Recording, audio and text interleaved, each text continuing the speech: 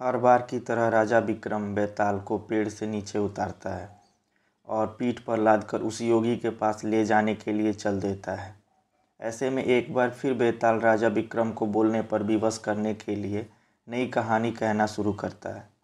कहानी है राजा रूपसेन और अंगरक्षक बीरबल की। वर्धमान राज्य में रूपसेन नाम का एक राजा राज्य किया करता था। राजा बहुत ही साहसी, दयालु और न्यायप्रिय था। यही वजह थी कि केवल वर्धमान में ही नहीं बल्कि उसके राज्य से सटे सभी राज्यों में भी राजा रूपसेन के व्यक्तित्व की मिसाल दी जाती थी। एक दिन रूपसेन के दरबार में बीरबल नामक एक व्यक्ति आया। जब राजा ने उसके आने की वजह पूछी तो बीरबल बोला, मुझे नौकरी चाहिए और मैं अंगरक्षक के तौर पर आपकी सेवा करना चाहता हूँ।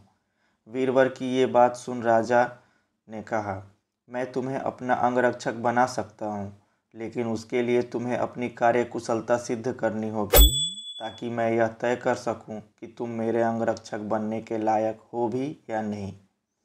राजा की ये बात सुन बीरबल फौरन तैयार हो गया।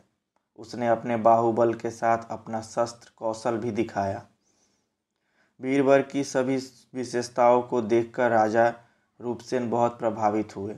राजा ने पूछा, बीरबल बताओ, अगर मैं तुम्हें अपना अंगरक्षक बनाता हूँ तो तुम्हें प्रतिदिन खर्च के लिए क्या चाहिए?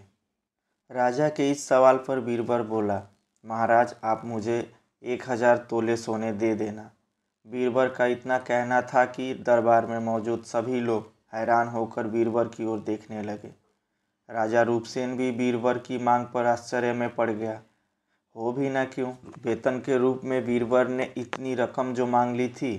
राजा ने गंभीर होकर बीरबल से पूछा, तुम्हारे परिवार में कितने लोग हैं? बीरबल ने उत्तर दिया, कुल 4 महाराज, मैं, मेरी पत्नी, एक बेटा और एक बेटी।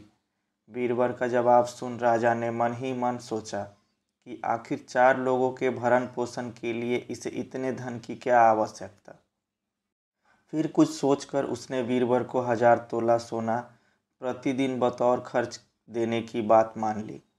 काम सिर्फ इतना था कि उसे हर रात राजा की सुरक्षा के लिए राजा के कक्ष के बाहर पहरा देना था। राजा यह जानना चाहता था कि बीरबल इतने धन का क्या करेगा। उसने बीरबल को 1000 तोला सोना देकर रात में नौकरी पर आने को कहा और गुप्त रूप से कुछ सैनिकों को उसके पीछे लगा दिया। बीरबल नौकरी और मनचाहा वेतन पाकर बहुत खुश हुआ। बीरबल सोना लेकर खुशी खुशी घर गया और आधा सोना ब्राह्मणों में बांट दिया। बाकी जो आधा बचा उसके 2 हिस्से किए। एक हिस्सा बैरागियों, सन्यासियों और मेहमानों को दिया। फिर बचे हुए सोने से अनाज मंगाया और बढ़िया पकवान बनवाए। तैयार पकवान को पहले गरीबों को खिलाया और फिर उसके बाद जो बचा उसे अपने परिवार के साथ मिल बांट कर खाया। बीरबल की निगरानी कर रहे सैनिकों ने ये सारा नज़ारा देखकर राजा को बताया। राजा को यह जान संतोष हुआ कि उसके द्वारा दिए गए धन को बीरबल अच्छे काम में लगा रहा है।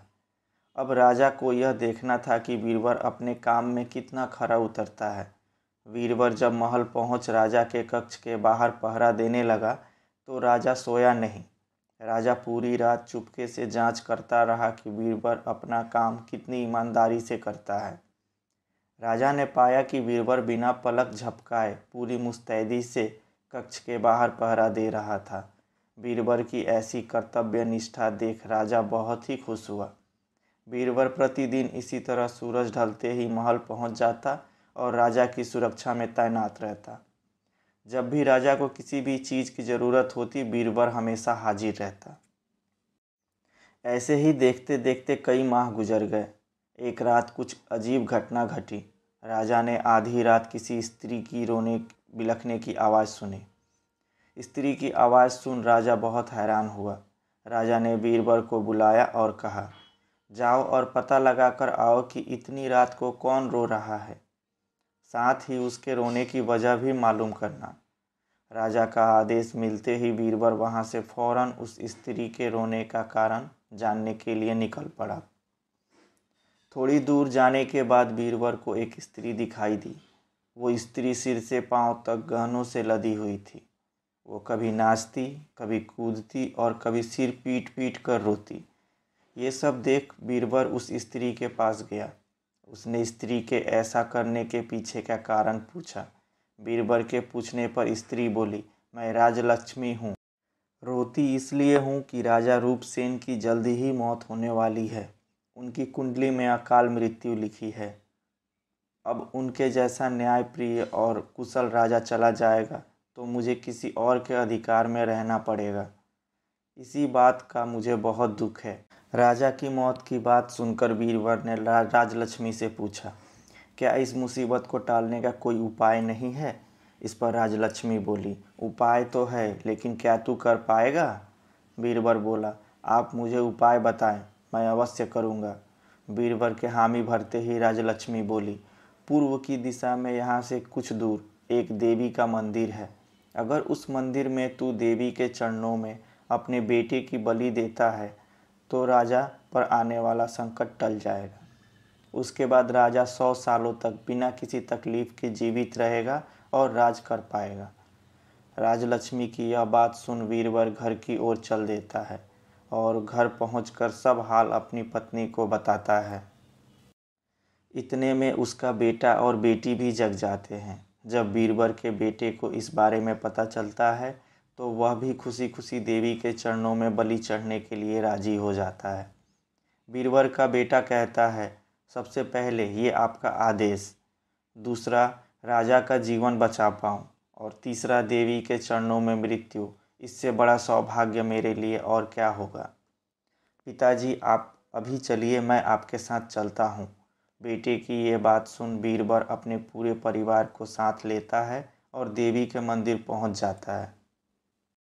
मंदिर पहुँच बीरबल ने अपनी तलवार निकाली और यह कहते हुए, माँ, यह बलि स्वीकार करो और मेरे राजा को लंबी आयु प्रदान करो, बेटे का सिर धड़ से अलग कर दिया। भाई की मौत पर बीरबल की पुत्री भी माता की चरणों में सिर पटक कर अपनी जान दे देती है। पुत्र और बेटी दोनों के मर जाने पर बीरबल की पत्नी कहती है, पुत्र और पुत्री दोनों को खोने के बाद मैं भी जीना नहीं चाहती। इतना कहकर बीरबल की पत्नी बीरबल के हाथ से तलवार छीन अपना शीश माता के चरणों में चढ़ा देती है। पत्नी की मृत्यु के बाद अब बीरबल सोचता है कि मैं अपने परिवार में अकेला रह गया हूँ, तो फिर मेरे जीने का भी क्या फ़ायदा। ये सोचते हुए अपने तलवार से वो खुद को भी ख़त्म कर लेता है। जब इस बारे में राजा रूपसेन को मालूम हुआ तो वह भी मंदिर पहुँचे और सारा नज़ारा देख बहुत दुखी हुए। उन्होंने सोचा कि मेरी जान बचाने के लिए 4 लोगों ने अपनी ज़िंदगी गंवा दी। ऐसे में धिक्कार है मेरे राजा होने पर। मैं ऐसे जीवन का क्या करूँगा।